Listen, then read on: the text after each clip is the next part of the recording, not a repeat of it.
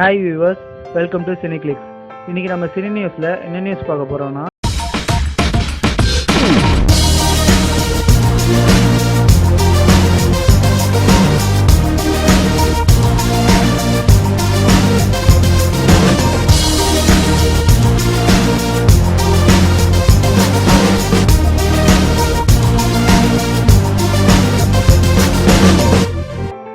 டிசம்பரில் ஒரு மெகா போட்டி.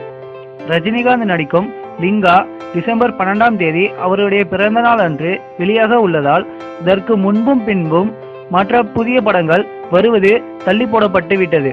திரையரங்கு உரிமையாளர்களே ரஜினிகாந்த் படத்திற்கு தான் முன்னுரிமை கொடுப்பார்கள் என்பதால் மற்றவர்கள் போட்டியிலிருந்து சுத்தமாக ஒதுங்கிவிட்டார்கள். இருந்தாலும் தற்போது வெளிவரும் எந்த படங்களாக இருந்தாலும் அவற்றின் ஜீவன் 2 வாரங்கள் மட்டுமே இருப்பதால் டிசம்பர் மாத கடைசியில் கிறிஸ்துமஸ் தினத்தை முன்னிட்டு சில புதிய படங்களை வெளியிட தயாரிப்பாளர்கள் முடிவு செய்துள்ளனர்.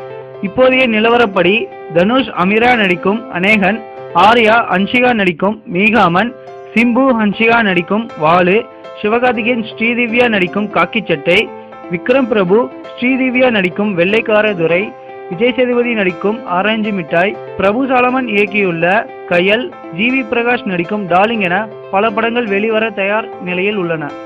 இவ்வளவு படங்களுக்கும் தியேட்டர்கள் கிடைக்குமா என்பது உறுதியாக தெரியாத நிலையில் அனைவருமே எப்படியும் லிங்கா வெளியீட்டு தேதிக்கும் பொங்கலுக்கும் முன்னதாக கிடைக்கும் 2 வார இடைவெளியில் அவர்களது படங்களை வெளியிட திட்டமிட்டுள்ளார்கள்.